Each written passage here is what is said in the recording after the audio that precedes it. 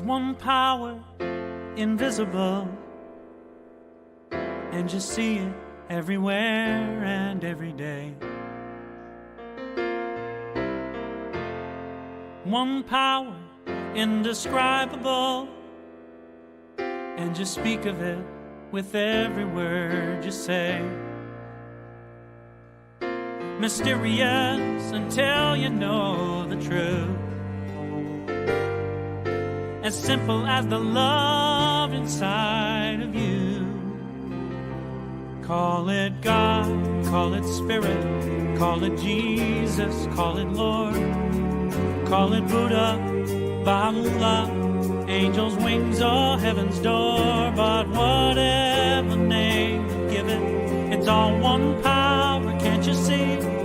It's the power of the love in you and me. One power, one power. Good morning and welcome to the Center for Spiritual Living, Midtown, Atlanta, where you are welcome. Such is the nature of life, that all it wants and all it asks is the opportunity to appear. You are that opportunity, and so am I, and so it is. Whoever you are, whatever path brought you here today, please know that you are welcome and celebrated. We know who you are. You are an individualized expression of the divine life in which we all live. Your life's opportunity to be unique and wonderful. Whatever your ethnic background, religious affiliation, and however you know yourself or describe yourself, we're glad you're joining us here today. You're welcome to be a part of this community in whatever way serves you. Here's our vision statement. We are a strong, open, globally connected community centered on the clarity of principle. Through teaching, service, and practice, we create a safe and respectful environment that supports healthy spiritual growth. And for a better understanding of who we are and what we teach, listen now to our Declaration of Principles as written by our founder, Ernest Holmes. A few of the Declaration of Principles we live by. I believe in one God, one absolute power, and first cause to all things. I believe that this power is perfect love, and it creates out of a desire to express love.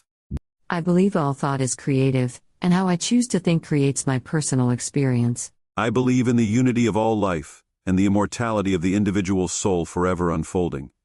I believe in the eternal goodness, the eternal loving kindness, and the eternal givingness of God to all. And so it is. So grateful, hey.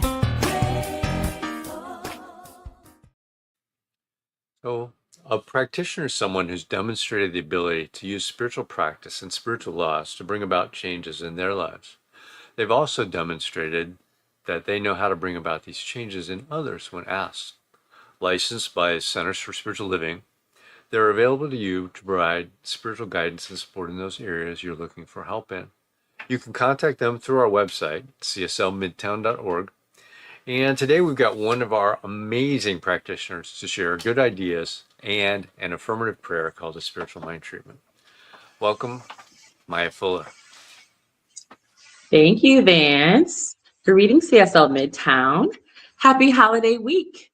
Happy Juneteenth, happy Father's Day, and happy third week of June. This month, we are exploring the theme Higher, Deeper Love. And this week, we move into the collective dimension of that exploration. What does love look like when we zoom out beyond ourselves and our individual relationships and honestly look at what we carry together as communities, as a human family? Today's speaker is going to take us right into the heart of that question. Her talk is entitled Love, Grief, Play, Heal. And in her own words, here is what she says she's bringing today. In a world experiencing an epidemic of loneliness, the glorification of violence, and the resulting crisis of faith, how can we believe in love? Through an authentic and unflinching look at how we feel God has failed us, our broken hearts open 4 doors to a divine and transformative experience, revealing how we can find love right now when we need it the most. So I am looking forward to hearing her. But first, let's take a moment and ground ourselves in truth before we hear Nerissa Street speak. We're going to move into treatment, and I want to invite you to just ground yourself in this moment with me. Let's breathe together and settle in together as we move into our spiritual mind treatment, which I'm going to speak in the first person.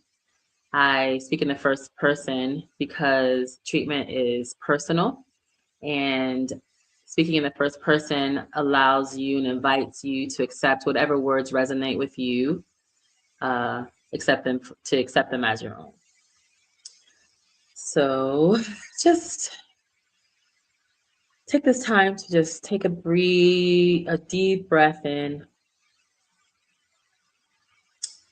slowly letting it in and then letting it go. And we'll take another breath in and gently releasing it. And now, if it feels comfortable, just close your eyes softly, or just let your gaze go easy. And gently just begin to turn inward, letting whatever thoughts or cares you brought with you into this moment, just letting them go for now, so that we can just be here and be in this right now moment of this treatment, so we can know the truth for ourselves. Just in a peaceful right now way, we recognize the truth that there is only one life. There is only one love, one presence, and that's in everything. Through everything, beneath everything, showing up as everything, even despite appearances to the contrary.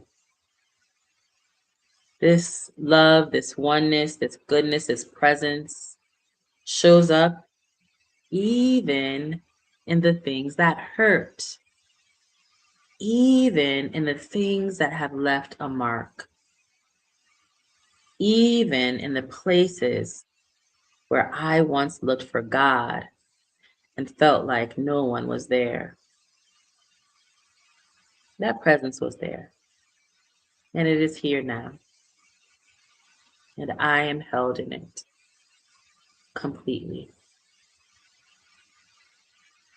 I acknowledge today that I have known grief, that there are places in me and in all of us that are shaped by loss, by disappointment, by love that fell short of what we wanted. Some of those wounds are personal.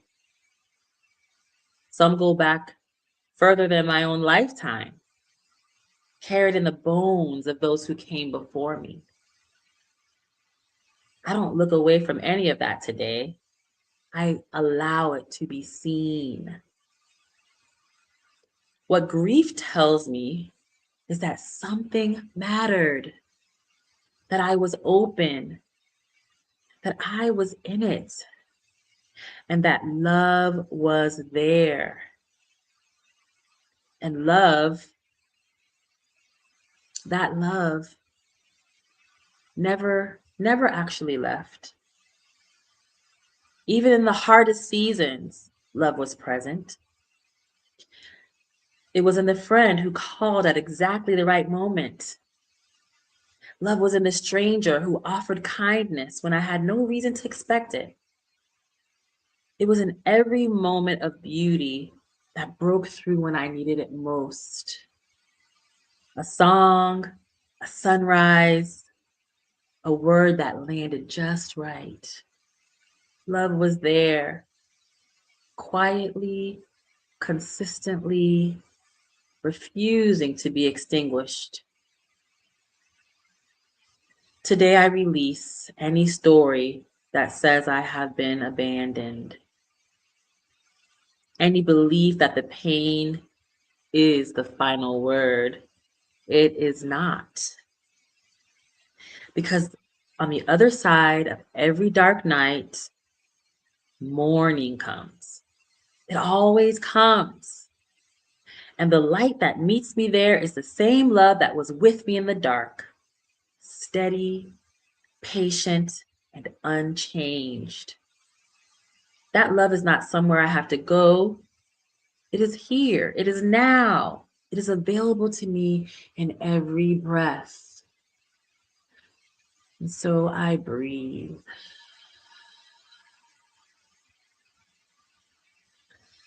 I opened myself to that breath and I let it in, knowing that God is in the breath. And I'm grateful. Healing is in the breath. And I breathe. And I'm grateful. And I am loved right now, exactly as I am. And so I release this treatment into the law, knowing that it is already so, already done, already mine. And I give thanks and let it be. And so it is. And with that, let us welcome our music.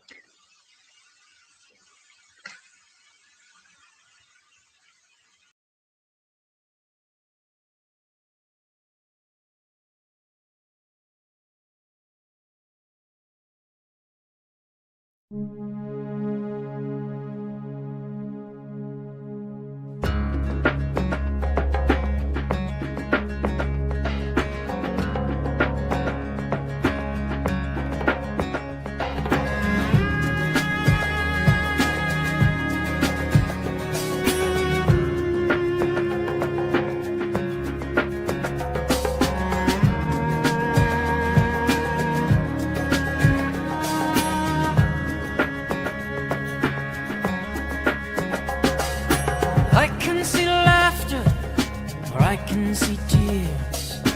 I see a choice, love or fear. What do you choose? I can see peace, or I can see war. I can see sunshine, or I can see a storm.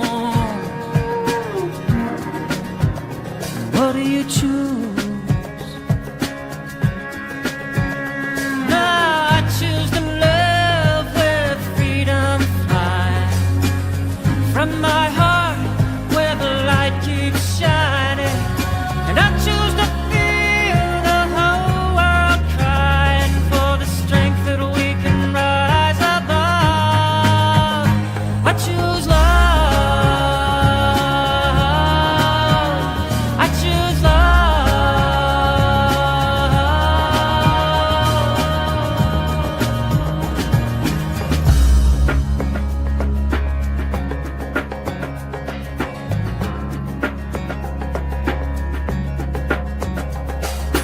I can see sharing, or I can see greed. I can see caring, or poverty. What do you choose? I can see gardens, or I can see bonds. I can see life or death coming on strong. What do you choose?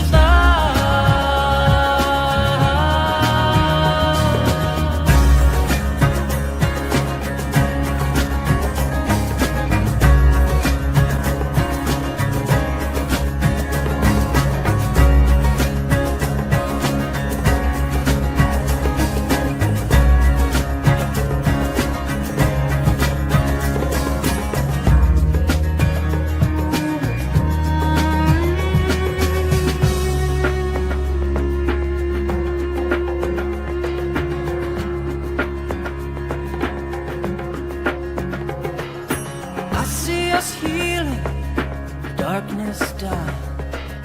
I see us dawning as one world united.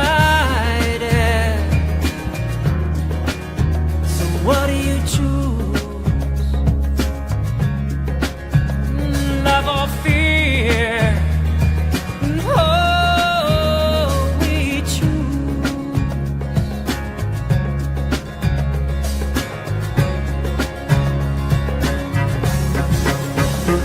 I choose to live with freedom flying from my heart where the light keeps shining. And I choose to feel the whole world crying. And I choose to feel one voice rising. And I choose to feel us all united in the strength that we can rise above. I choose love. I choose love. I choose love. Love.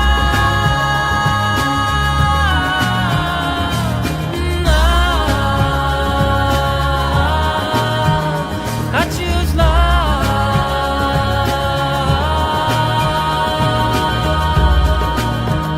I choose love. Woo! I choose love.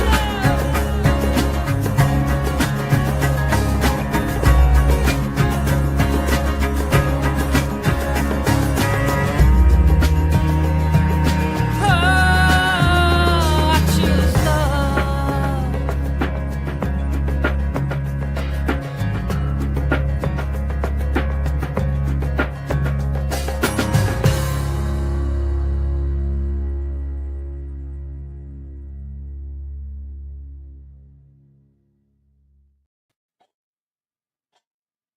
Welcome back. So, our speaker this morning is Miss Nerissa Street. She's a multi-award winning storyteller and facilitator who writes, directs, and produces stories for thought leadership and community change. Nerissa has advanced training from the Center for Mind-Body Medicine and Trauma Reduction, and she's been featured on TEDx, PBS, and multiple media channels. Nerissa wants to bring back the joy to servant leadership, so she's tackling burnout one heart-centered organization at a time. And she hopes our message today becomes practical medicine. So welcome back, Nerissa. We're glad you're here. Thank you. So again, thank you so much to the leadership of the Center for Spiritual Living in Midtown for this invitation. I pray that this message contributes to this month's exploration of divine love, specifically how to encounter that love in the beloved community. The title of today's talk is Love, Grief, Play, Heal.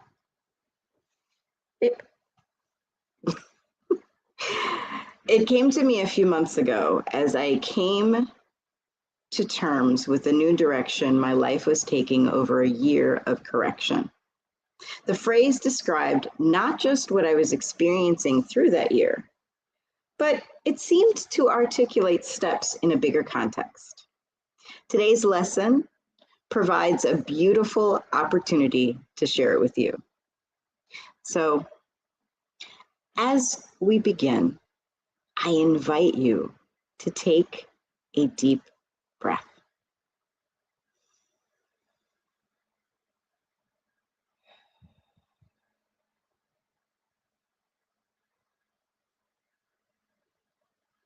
I ask that you allow these words to land where they need to, so that you experience the healing that you came for. So a little moment of transparency here. I am using a device, and the device feels kind of heavy, and those of you who've watched me before know I like to move around. So I'm going to switch from my device to my piece of paper. So thank you for honoring me as I do that. Okay, so to begin, love is the divine idea of universal oneness. It binds, it unifies, and it harmonizes. If you love humans, it changes your life. But love of God, friends, that love is designed to break your heart. If you're honest, it already has. Many of us were taught, directly or indirectly, to relate to God through conditions. We learn universal laws and spiritual maxims so that we can create the conditions where we are pleasing God. Then we can call ourselves good. And God is good as well. God, if you do this, I will trust you. God, if you remove this pain, I will praise you. God, if you give me what I asked for, I will believe you are good. That kind of relationship may look like devotion, but it's really fear trying to negotiate safety. And this is not because we are bad. This is because we're in pain. Trauma teaches the soul to bargain. Pain wants us, makes us want a God that we can manage instead of a God we can behold. We may call that love. But if our love depends on God behaving according to our terms, it's a transaction, not a relationship. This is where many people experience a crisis of faith. We prayed and the person still passed. We believed and the door still closed. We gave and the money still ran out. We forgave and the wound still ached. The crisis may feel like the end of our faith, but today I want to offer that the crisis may not be the end. The crisis may be the opening. Our crisis of faith is actually an opening to divine love if we are willing to allow an authentic, fully experiential relationship with God. Love, grief, play, and heal are 4 steps of a deeply personal experience that I had with God. If we are open to experiencing them with the beloved community, we all can move past a fraught experience of life into a peace of mind that isn't just known, it's felt. When God breaks your heart, it is to make room for a fuller understanding of itself. And that, my friends, can only happen in community. So the process I'm offering today is called Love, Grief, Play, and Heal. And they're not 4 ways to get your life together. They're 4 steps towards possibility that help us understand how we move from a fear-based, transactional relationship with God into an authentic, awe-inspired, and fully experiential relationship with God. These states of being reveal God differently when they are experienced in the beloved community. The movement of today's lesson is simple. We awaken to love. We tell the truth about our grief. We find the courage to play and experiment in the wilderness, and together we heal. To anchor this process, I want to share a compelling story about the nomadic Jews in Egypt. In the Hebrew scriptures, Pharaoh is more than a power-hungry ruler. Pharaoh is the image of what happens when we believe our mastery is related to our own power. What's going on is the Hebrew people, these nomads, are expanding in his kingdom, and Pharaoh becomes afraid. He turns his fear into a policy, and he turns his anxiety into dominion. Pharaoh mistakes control for God's blessing over his kingdom. I know, right? Control freak here. I'm just being a little honest here. All right. Pharaoh believes if he can manage the bodies, the labor, the birth, the movement, and the fear, he can manage the future. But the God of the Hebrew scriptures turns Pharaoh's violence inside out. What Pharaoh uses to suppress Israel, God uses to expose Egypt. What Pharaoh uses to keep people bound, God uses to make bondage unbearable. When Pharaoh uses to preserve his empire, God uses to begin Israel's journey into true promise. There's a scripture in Exodus, and it says, God hardened Pharaoh's heart. Now, when I read that, I mean, I could do an entire lesson on that line alone, but when you think about it, you wonder why. But when you see further along into the story of the Israelites in Exodus, you understand that a softer Pharaoh was a people that weren't authentic to who they fully are. My mentor used to say it this way: do you really want to be free, or do you just want a better slave master? I know, let me continue here. Egypt is not only a place, Egypt is a pattern. Egypt is the thing that organizes your pain so well that you mistake it for comfort, for home. Egypt may be a relationship, a job, a belief system, a family role, a survival strategy, or even a version of God that keeps you afraid but gives you some structure. We don't cling to Egypt because Egypt is good. We cling to Egypt because Egypt is familiar. That does not make Pharaoh righteous. It makes God sovereign. Pharaoh's hardened heart becomes a place where empire reveals itself, where God reveals that liberation does not begin when the oppressor softens, but when the oppressed finally move. So the first question is, where are you waiting for Pharaoh to soften before you move? Where are you asking for bondage to become more merciful?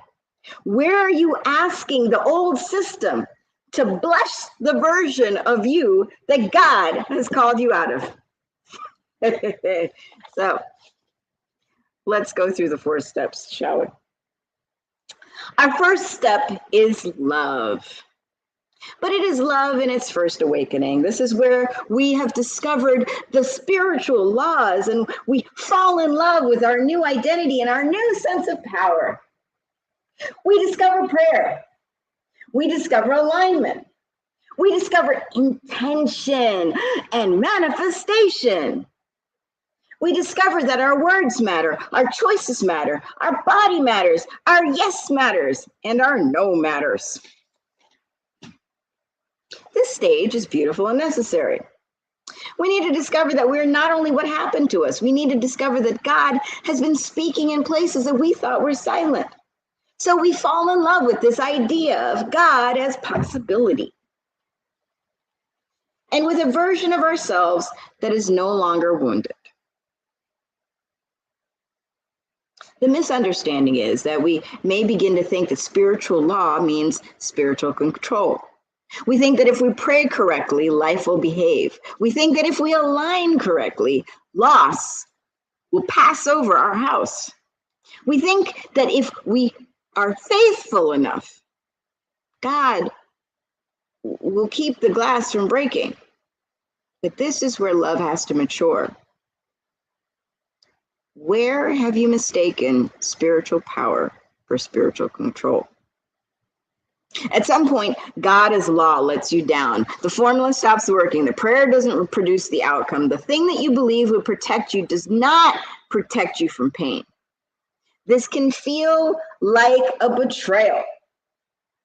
But it may actually be the moment when faith is being invited to grow beyond management into intimacy. When God's law lets you down, you may think that you're losing God and losing your connection to God. But you may actually be losing a version of God that was too small to hold your lived experience. God as formula lets us down. God as transaction lets us down. God as control lets us down. But not because God is absent, but because God is asking to be known beyond what God can do for us. This is a hard turn, y'all. Love that depends on control is not yet free. Love that depends on outcomes is not yet deep. Love that depends on God behaving according to our terms is bargaining. Remember Jacob? The question is, what version of God are you grieving because that could not survive your lived experience? So after our heart breaks, we often discover that God has a purpose for us that is different than we perceived. We may have thought that the purpose was the marriage, the house, the platform, the healing, the promotion, or the proof that our obedience had produced the life that we ordered. But God was not building the life we imagined, y'all. God was building the person that divine love could move through. This doesn't make loss easy. This does not mean that your grief will disappear. This means that the loss and your grief was revealing something you could not see before. With our big life, we thought God was building our comfort, but God was building our capacity. We thought God was building a platform, but God was cementing our presence. We thought God was building our certainty, but God was setting us up for surrender. The purpose may have been to become more available to divine love. The purpose may have been to become more truthful. The purpose may have been to become more compassionate to yourself and to others. The purpose may have been to become less defended. The purpose may have been to become someone through whom love could move. The question is, what if God was not betraying your purpose, but correcting your perception of it? So in this loss, we experience grief. And this is where we need to slow down, because people often want to rush past the grief. We say to people, you know what? You got to be grateful. You know, it could have been worse. But that does not allow us to tell the truth about our grief. We tell people to be thankful, to look on the bright side, that toxic positivity, to trust God's plan and to move on. But before gratitude can benefit us, grief has got to be honored. You can be grateful and you can have grief. You can be grateful that you survived, grateful for the lesson, grateful for the grace, grateful from the unexpected provision, and still you definitely have grief. You have grief over what didn't happen. You have grief over the years that disappeared. You have grief over the things that have changed, the trust that was broken, grief over the version of yourself that you fell in love with. And a lot of people are living in the denial and anger of grief. Kubler-Ross talks about 5 stages of grief. If you do a little bit of research, you'll see all around you that there's so much chaos because so many people are denying their grief or just angry about it. When grief is not honored, it does not disappear. It leaks. It becomes blame. It becomes control. It becomes narcissism. It becomes panic, performance, numbness, and rage. This bad behavior means that grief needs somewhere to go. This beloved community is the place where grief is welcome.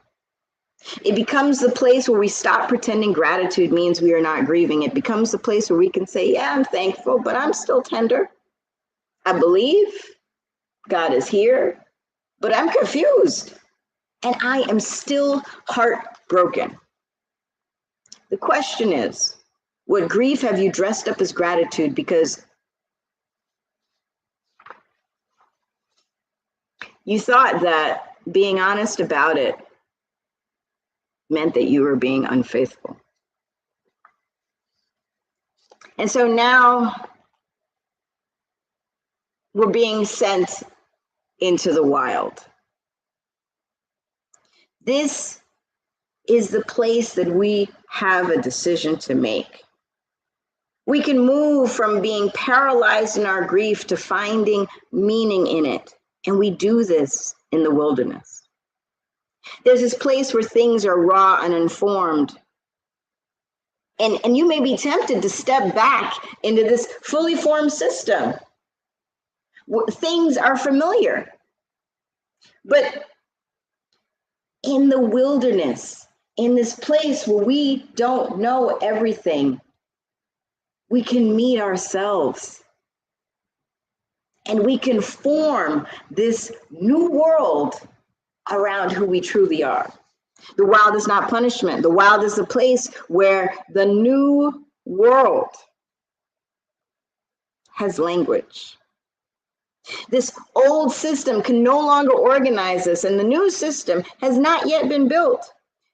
If you remember, or if you know the story, when Egypt is left behind, the Israelites don't walk straight into a finished promised land. They walk into wilderness. They come and they get confronted with themselves and whether or not they are really trusting the God that sent them out. The wilderness matters because it removes the old. Everything was formed around bondage. There were roles, there were tasks, there was survival. In the wilderness, the old architecture no longer tells you who you are. And in the wilderness, you have the opportunity together to play. There's a part of us that craves Egypt because Egypt was predictable. We meet the part of us that wants freedom without formation. We meet the part of us that wants promise without process.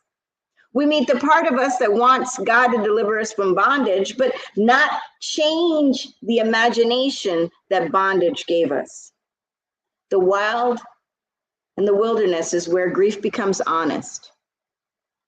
It's where we stop asking only, why did this happen to me? And we begin asking in community, who are we becoming now? What must we build together? What kind of people can hold freedom, can be in love without recreating bondage? What kind of community can carry promise without returning to fear?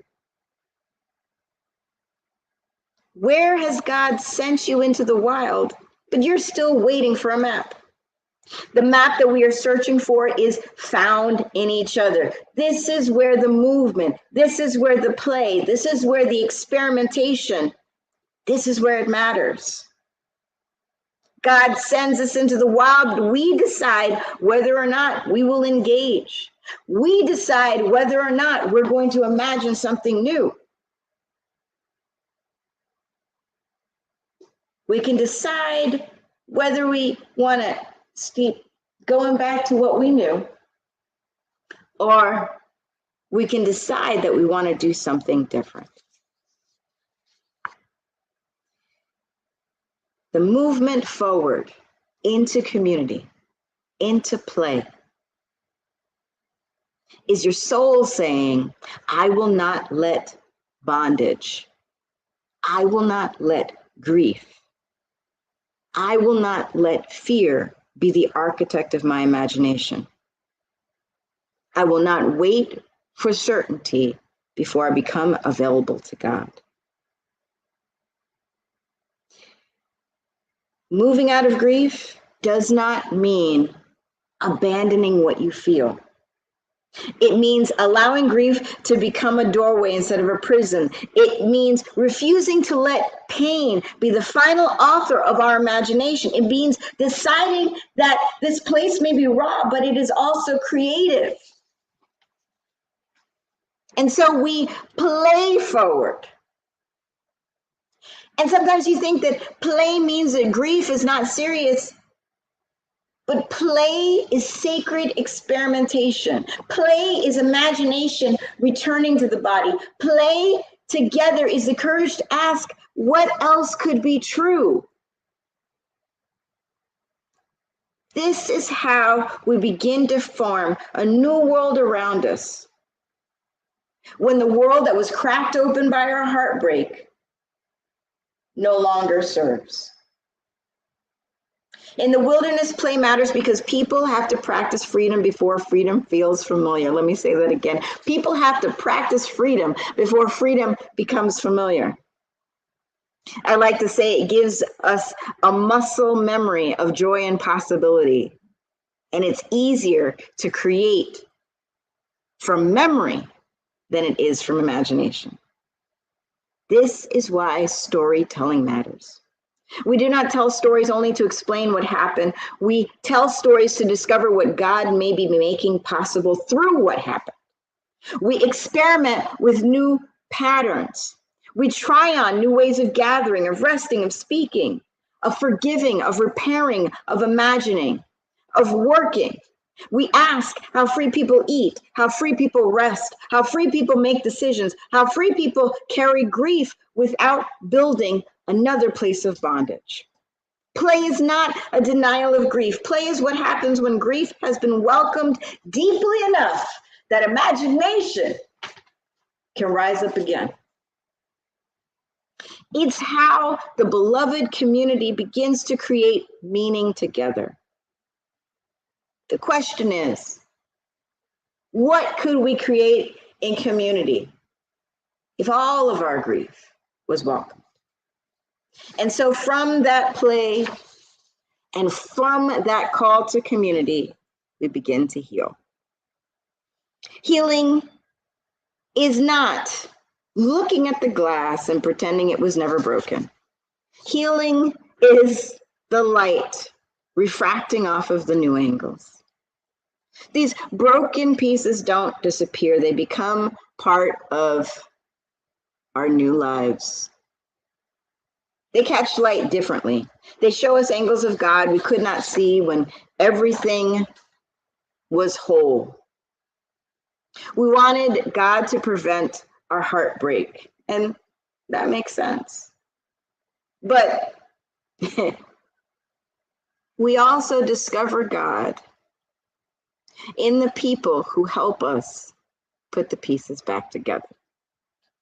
We discover God in the hands that do not rush us through our grief. We discover God in the new stories we learn to tell. We discover God in the laughter that bubbles up and in the community that does not require us to pretend. Together, we can heal and we find pieces of God in each other. Through faithful imagination and embodied practice, we find that God is in each one of us in the ways that grief opened us up to see. And that means that peace is not an idea paved over with toxic positivity.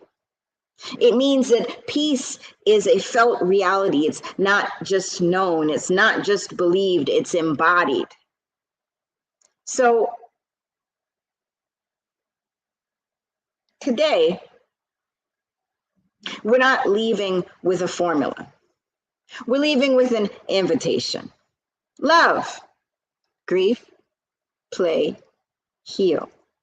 Love is where we awaken to divine possibility. Grief is where we tell the truth about where we have had heartbreak. Play is where the imagination returns and we find community. And healing is where we see God again. When God breaks your heart, it's to make room for a fuller understanding of itself. And it's funny, you know, when you break a glass in a room, you find shards everywhere. Many times, years later, you'll find shards again. And so I encourage you, to whatever place that grief is still pricking you, I encourage you to see it as an opening to a newer understanding of who you are, who God is, and what divine love is calling you to a community. I want you to stop waiting for your grief to heal before you believe God is real again. The healing comes in community. May we engage with each other. May we create meaning together. May we find love together. And may we become brave enough, tender enough, and honest enough to meet God with each other.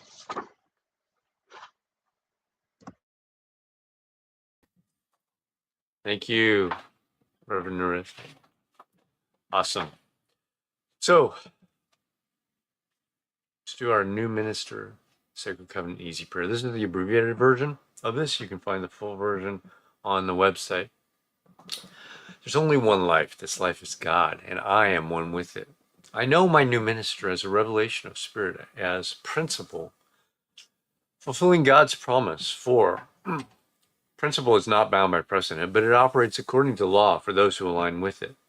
Together with my community, I see my new minister inspiring spiritual oneness through wisdom, love, and authenticity. One that is awakened to inner wisdom, communicates universal truth, and serves as a conduit of divine love, wisdom, and healing energy. One that recognizes the inherent wholeness within all beings and offers teachings grounded in spiritual principles to cultivate inner transformation.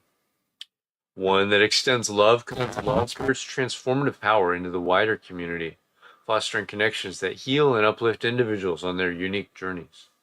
As I accept the highest expression of a new minister into my life, I know that they will be revealed in a way that expresses spirit and serves the highest good of all touched by their presence. I am grateful, for God is good, and so it is. Now it's time for our conscious giving, and if you're being fed out of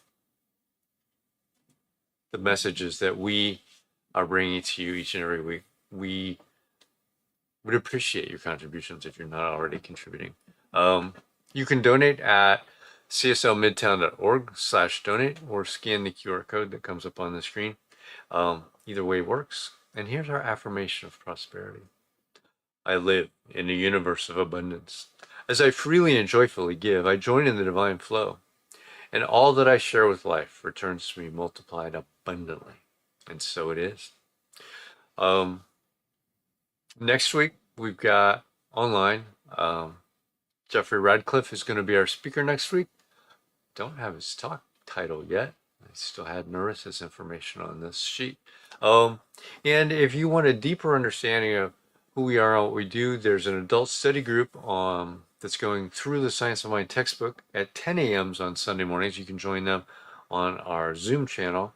Go to cslmidtown.org, scroll down to the bottom, and click on the Zoom link. You can also do that for right now if you want to join us and you're not already on Zoom for a discussion with Nerissa about her talk this morning. Should be pretty interesting. So with that, let's do our affirmation of life. I leave this place now knowing something better than I knew before. I go forth into the world with a heart full of love and a mind full of good sense. I look at the world in a greater way, knowing that I have within me everything I need to create the life I desire. I give thanks for this understanding, and I am grateful for the spirit of life that lives through me. And so it is. Thanks, everybody. Join us over on Zoom, or we'll see you next week online.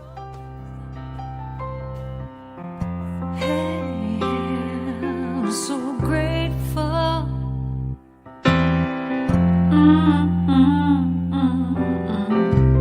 I'm so grateful.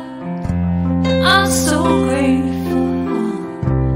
I'm so grateful for all that I have. I'm so grateful. I'm so grateful. I'm so grateful for all that I have. Hey!